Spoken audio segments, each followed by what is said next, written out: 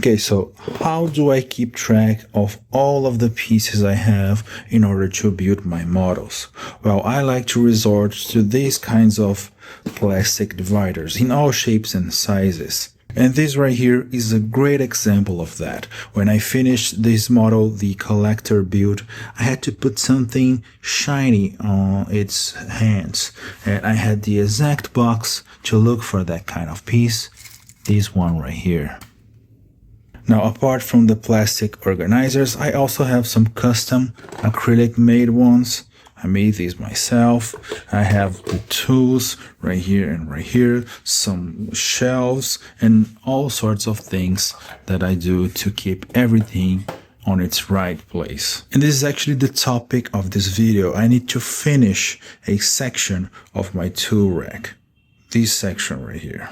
So welcome to Cut, Transform Glue, and this week's video is sponsored by PCBWay. So that section right there was my last addition to my tool rack, that rectangle right there. But as you can see, there's a bit of a messy spot right there on the far right of it. Yeah, I need to take care of that.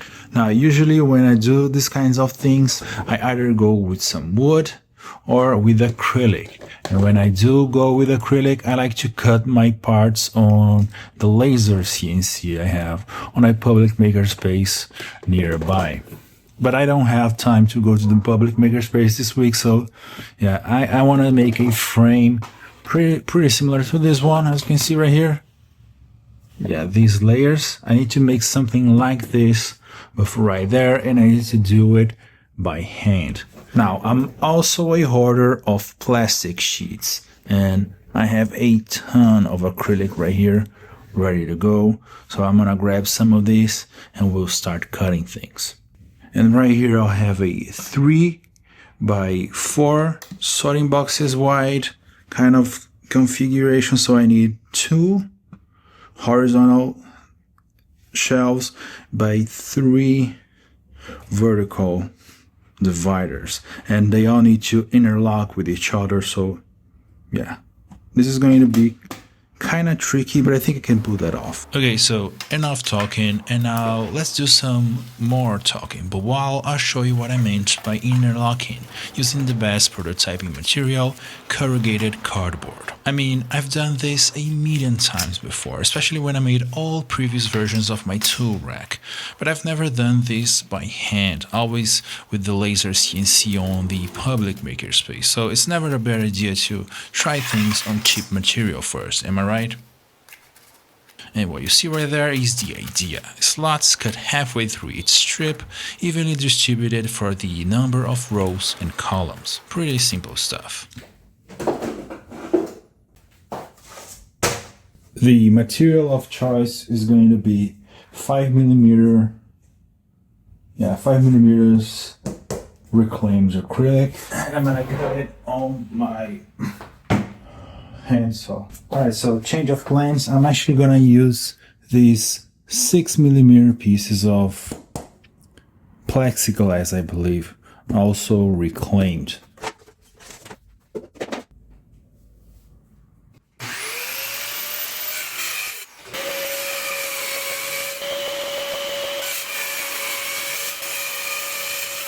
So first I matched how deep each column needed to be, and next I cut them to the right length. Also, I know this cut looks kinda sketchy, but it's the angle of the camera. I was totally safe there.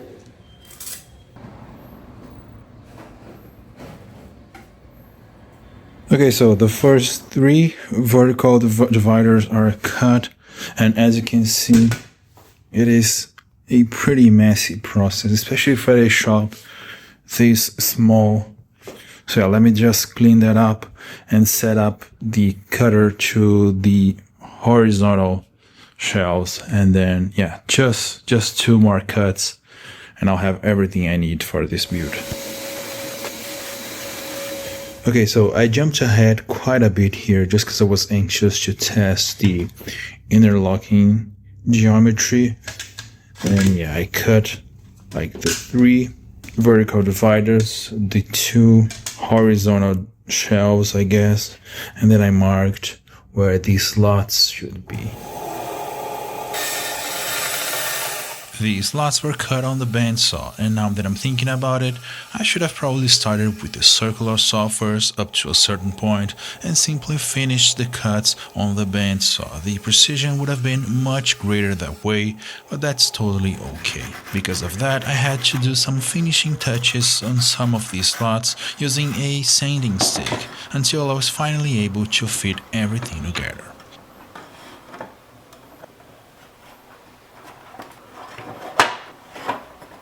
As you just saw, some were tighter than others, but for something I'm making for the first time by hand, I call these a success, a small addition to the tool rack and something I've been wanting to do for a long time. Okay, so here it is, nice and solid, and I can't tell you how much this makes me happy. Now, what I want to do next is to go through each and every single one of these and kind of resort all of the pieces, and then I want to go ahead and print some of these handles with a label. Yeah, these things help me see what's inside of each box before going for them. Now, I don't want to bore you to death with this, making you watch me sort greeblies, but I'll just say that this is something really important if you plan on collecting thousands of random parts and using them in a creative way. Or maybe you just enjoy watching this crazy mind of mine working, that's also okay. But yeah, take your time and try to figure out a system for yourself, and also don't be afraid to change things. Switch places and resort everything like I'm doing right here. It only has to make sense to you and to your creative process, of course. Once I sorted everything, it was time to do some 3D printing. Yeah, 3D printing can really help you keep things organized. Speaking of that, let's talk about the sponsor of this video, PCBWay. Fabrication technology plays a big role on this channel for the models and projects I build, but also for the infrastructure of the shop, be it with 3D printed pieces or CNC machined parts, and PCBWay can help you with any of that. PCBWay is an online platform that provides a bunch of different fabrication services. Right there, using a pretty intuitive interface, you can order 3D printed parts in every different setting and material available, including resin printing with its amazing precision. They also offer CNC machining, PCB manufacturing, and many other services for the more complex maker projects. You don't need expensive machinery at home to bring whatever your imagination can think of into reality. Check the link below and see what they have to offer. I'm pretty sure they can take your idea off the paper. Thank you PCBWay for sponsoring this week's video. With the power of 3D printing, I made the handles with some embedded labels so I know exactly what's inside of each sorting box. Labels are a must here, as I'll hang them pretty high. Okay, so here they are, some tiny little handles with some labels, so I know exactly what's inside of each of these boxes. Now, don't worry about the meaning of these labels. These are in a mix of Portuguese and English, and it should only make sense to me, of course. This is actually the second version of this handle design with two holes on the back. The first one, I only used a single hole, which means the handle can kind of spin, which is not a good thing. So yeah, this one uses two holes, so I can put two bolts on the thing, and yeah, I think it will be more stable like this. Also, in this smaller sorting box right here, there's not enough room right here on the front because of the tab you use to open the thing. So I'm thinking I'll put it right here on the back. Yeah, so now let's go ahead and enlarge these holes, grab some tiny little screws and start putting them right here. Using a pin vise, I made the holes bigger, as I usually print them slightly smaller than they need to be, just to guarantee the screw will come in pretty tight. Next, I made myself a paper template so I could mark every box on the exact same spot. Drilled the holes on each box, again using the pin vise, and these holes need to clear the screws, so they're kinda bigger. Then I'm looking for the right screws for the job on this insane amount of screws I've saved from all of the electronics. And then I just had to put everything together, which was kinda tricky from the inside, but eventually I got there. It seemed pretty stable to me, much better than my first version, so I might even replace the older handles when I get the chance. Alright, so here we have it. All of the boxes have their handles, so now I can just go ahead and put everything on its place. And as you can see, there's even some empty spots so that I can kind of grow my collection when I get the chance. But now I wanted to take care of something else, something that has been annoying me lately. This thing right here. Yeah, this is not the best place to keep my pliers, so I need to take care of that. Okay, but where exactly to put them? Ideally, I'd keep them right in front of me on this surface right here, but as you can see, I don't have enough space and I cannot remove these things. I glued them in place, as you can see by this crack right here. Yeah, terrible decision. So what's the best solution for this thing? Well, if you remember one of my first two racks, I had some holes where I could just, insert my pliers a long time ago, and I want to do something similar for this one, probably even in the same place right here, kind of underneath right here, sitting like this, so I can still use this tray right here for something. So yeah, let's grab some cardboard and make a quick prototype. And here we go again with cardboard for some quick prototyping. Seriously guys, it's the best thing. It's basically free if you order things online and easy to work with. You can test the size and sometimes even the function of what you're trying to build, with some limitations of course. So when you're not sure of the size of something or even the looks, just go ahead and try it. It will take a few minutes and probably save you a few hours. Trust me. Okay, so here's the cardboard prototype, but I cannot decide if I want it to be sitting right here, so it kind of interferes with the bottom shelf, or maybe even right here, so there's nothing in the way of it. Yeah, so here's what I'll do. Oh my god. I'll prepare a piece of acrylic with these holes and probably a rounded corner. I don't want to hurt myself.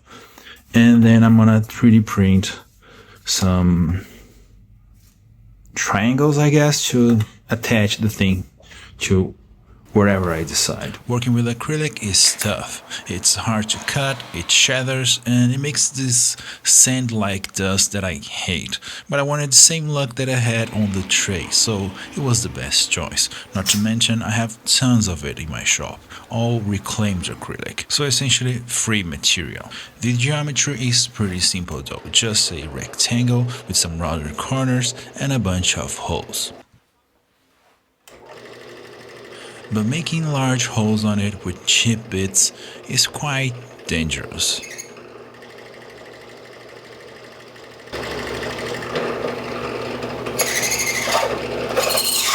Yeah, I'm glad I grabbed my safety glasses there, because those flew right in my face.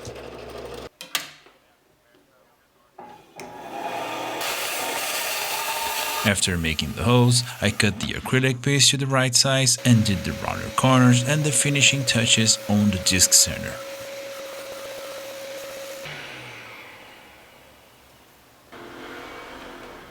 Alright, so this is done. So now the only thing left to do is to make kind of a 45-degree angle right here, so I can attach this thing right here like this with a couple of bolts.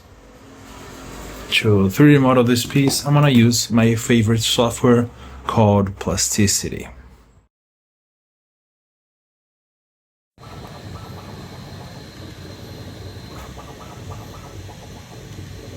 With the two brackets printed, the only thing left to do was to glue them to the acrylic piece.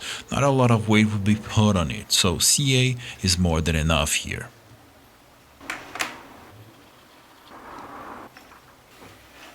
Then I attached some double-sided tape to help me find the perfect height before attaching the thing to the bottom tray, so it wasn't in the way of anything.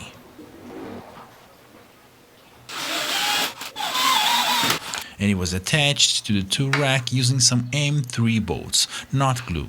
That way, I can still change things or even expand this plier hanger if I ever want to. In this new location, it doesn't interfere with anything, not the trays and not the acrylic piece drawers beneath it. Man, I love working on my shop, making it better so I can be more productive. If you watched this far in the video, thank you so much. And here's a sneak peek of the next project I've been working on for the past couple of weeks. If you want to be forever eternalized in the videos like these amazing people right here and right here, please check the links below and consider supporting my channel on Patreon. There's now a free tier on Patreon that you can join and know exactly what I'm doing when I'm doing it. So yeah, check the links below. But also subscribe to the channel if you haven't already, hit the like button and leave me a comment because that helps a lot. And as always, thanks for watching.